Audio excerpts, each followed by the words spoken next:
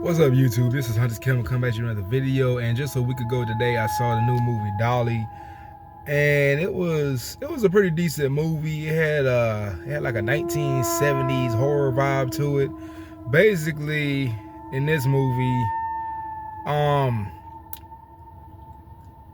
it's basically, well, I guess you can say it was more like a low budget movie, I guess, because it wasn't playing everywhere. It was playing in selected theaters, and it was actually playing at one of the theaters like in my hometown, so I went to go see it. So in the beginning of the movie, the killer is walking inside this bedroom holding a headless dead body, well holding a headless body rather, and they sit on the bed and start rocking the body back and forth like it's a baby or something. And so there's like flies all over the place. I mean, you can tell it looks like it smells real bad in there because of the death and everything. So the killer's rocking the body constantly back and forth, and then the screen goes to black. And then the movie opens up with this couple. They're newly engaged. They're dropping off their niece. Well, it was his daughter to their aunt's house. And so they drop her off. They're driving this, I want to say it was a 1965 Mustang. It was silver. They're driving this car to the mountains. They are heading to the mountains. They go on this hiking trail. When they get out the car, he assumes that he had the keys, and then he accuses her of having the keys, and then she's messing around with him, saying that she didn't, even though she know that she did. And so she hands him the keys, and then he's like relieved that she has them. And so as they're walking among this hiking trail, they come across this baby doll graveyard, if you want to call it that. So there's like a bunch of baby dolls laying around in a circle, and then there's this hole in the ground, and this is where the killer puts the dead body, the headless dead body, inside of this 6 feet hole. And then they come across this, and then they didn't see the body at first because like it was partially buried, because it was covered in dirt, but they just couldn't tell if there was a body in there or not. So they come across this, the baby dolls everywhere. There's these random toys, and so she looks at one of the dolls, and then she keeps one of the dolls momentarily. Then the boyfriend is telling her to put it back. So she's really wanting to keep it, so he tells her again to put it back and everything, because the doll was like freaking him out. So she finally puts it back. They're continuing on this hiking trail. Then they come across the edge of the mountain. They see this nice beautiful view, and then they start taking pictures. Then they hear this noise that came from this toy that was in the woods. Obviously the killer had turned the knob on this toy, and that way they could hear what was happening. So they hear this noise, and then I think the boyfriend was wanting to go back to check it out. So he goes back to check it out, and then he comes across the killer, and then the killer's wearing like this red, I want to say like a red maid dress, I guess, if you want to call it that. So she's wearing like this red maid dress, and then he sees her, and then she's also wearing like this porcelain doll head mask, which covers up her whole head, and it's like it has like a busted eye open and one eye in, and with blonde hair. And the killer is actually deaf, so the whole time she's making like these grunts and gestures, and then after he comes across, he starts panicking, and then he kept asking, were they okay? Were they okay? So she turns around, sees him. He tries to run back, and I think the killer had attacked him. I'm trying to remember exactly what happened first. I think the killer, she had like tripped him, and then I think he falls to the ground. The killer is like standing over him, and so she starts like attacking him with this shovel. And basically what she did with the shovel was like just pure 80s horror type stuff that you would see. Like she like cuts this man's face in half well, cuts his jaw in half, and like half his jaw is like hanging, and then so his jaw is like split in two.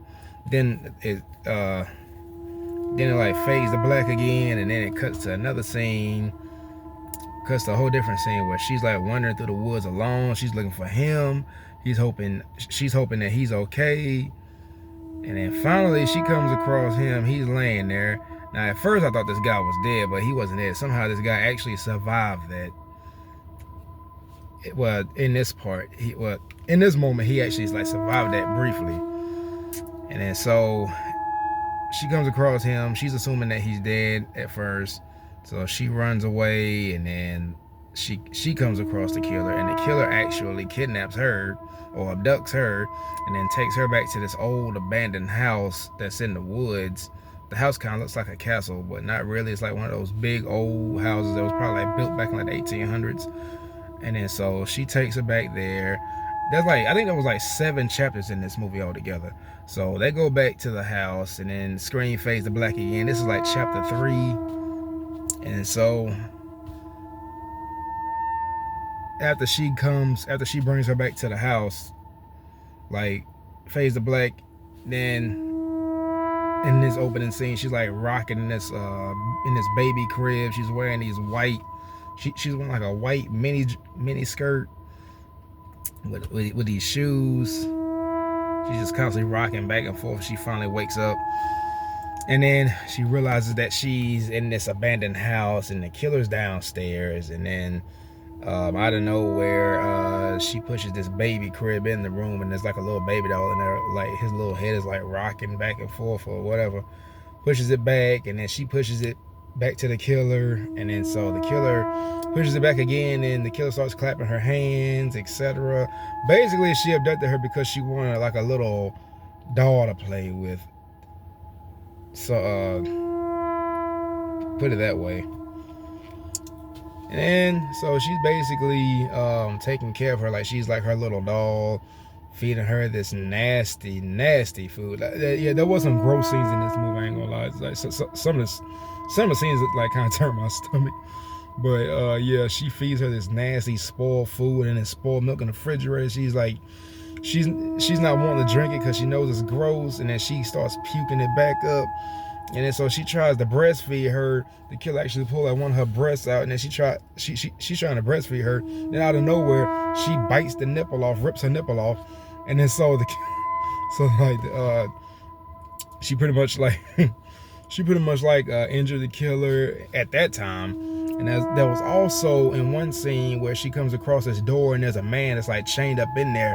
I think that was actually her brother, but we don't see him until like the next scene.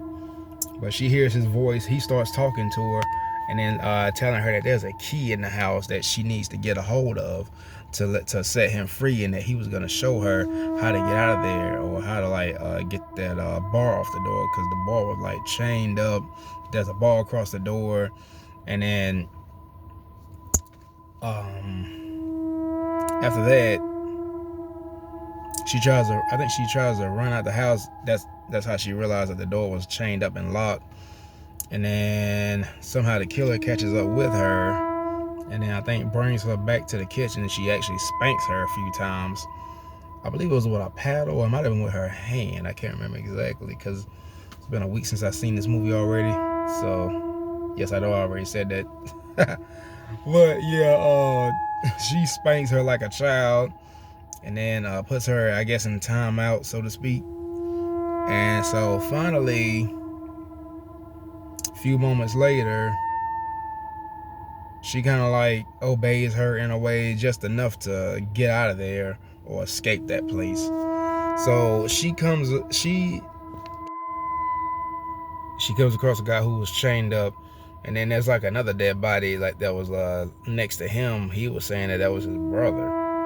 So she's thinking that this guy's gonna help her out, but basically he kind of like uses her as an scapegoat so he can get up out of there free, and then just leave her there. And then this is how we found out that was actually her brother. So he has her hostage, and she's threatened to kill her. And he's actually like, telling Dolly, like, if you don't let me out of here, I'm gonna cut your dog, or something like that. He said, and then like the guy who played this person, I can't remember his name in the movie, but the guy, the character kind of reminded me of one of the characters from like Devil's Rejects or something. So he kind of favored one of those guys, but yeah, he has a knife to her. I think he had a knife to her throat. Yeah, it was to her throat. So he was threatening to cut her, and then she finally sees both of them, and then she's actually begging him not to cut her or split her neck, well, split her throat. And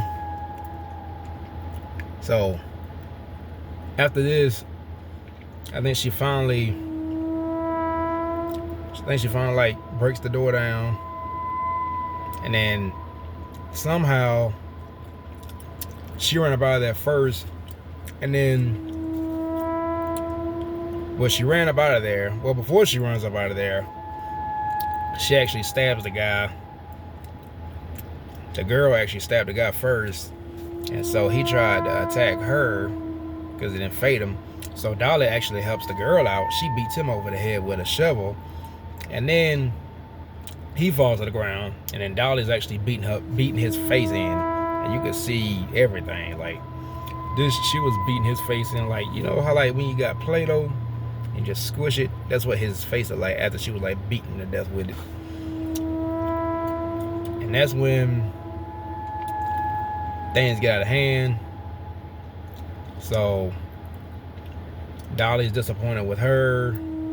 Dolly like just becomes outraged once again, making those grunts and gestures, and so to speak. And then her boyfriend, her fiance, he's like crawling through the woods, and then he finally catches up to her. He was crawling like all throughout the day, all throughout the night, trying to get back to her. And then as he has like as his jaw was like hanging, he actually screams out her name. Her name was Misty, by the way. He actually screams out her name. He says, Misty, Misty. And then he hears her. He hears him. She hears him. Gosh. She hears him outside. He's outside on the ground. Well, I think he's on one knee. So she runs out to him, and then Dolly's in the window looking at her. And so both of them are trying to escape. Like, both of them try to escape. But see, that reminds me. Dolly actually had broke one of his legs. Yeah, I forgot to mention that earlier. Yeah, Dolly actually broke one of his legs.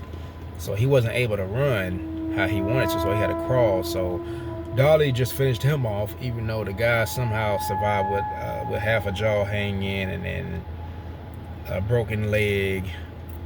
But she finished him off. So she runs for her life, and then she comes across this park ranger, and then he has his headphones on. He doesn't hear anything until she actually walks up behind him, and then she's trying to plead him for help. She wants to get out of there. There's a killer after her, and he turns around. He's on the radio calling for help, and out of nowhere, Dolly just decapitates this man, cuts his head completely off, and then just holds it up and shows it to Misty. And then she's doing this crazy thing like this. She's doing this right here in the window, and it's before all that actually happened, like, she's like having a one-on-one with Dolly, and then Misty actually like busted her mask, and you could see inside the mask, you could see her face. It looked like her face was like burnt, but it was so crazy because like her face looked like it was just like jet black, like her face was like just like burnt or something. Like her face was like as black as my shirt. And then that's how Misty came across the dead body that was in that grave where all those dolls were, that was surrounding that grave. And that's when she came across the park ranger, asked for help. He gets decapitated. So basically, like, she finds his keys. She gets inside the truck, cranks it up, and she drives off. And then she's laughing hysterically because